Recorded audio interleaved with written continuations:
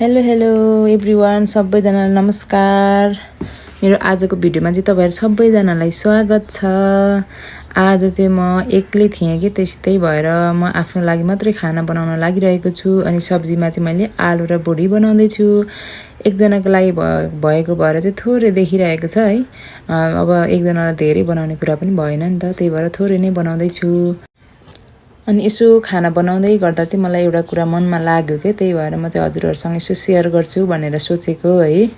हामी मध्ये चाहिँ धेरैजनालाई हैन हरेक कामहरु गर्नको लागि चाहिँ पछि गर्छु है, अझै राम्रो भएपछि गर्छु, अझै मिलाएर सबै थोक मिलाएर गर्छु भनेर सोचिरहेका हुन्छौं के।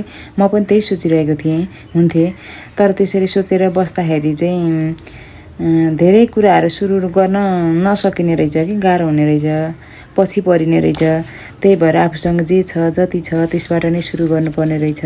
बिस्तारै गर्दै जाँदा चाहिँ अनुभव पनि बढ्दै जाने रहेछ के। त्यसैले धेरै नसोचिकन आजैबाट आफ्नो काम सुरुवात गरौँ भन्न चाहन्छु म चाहिँ सबैजनालाई है।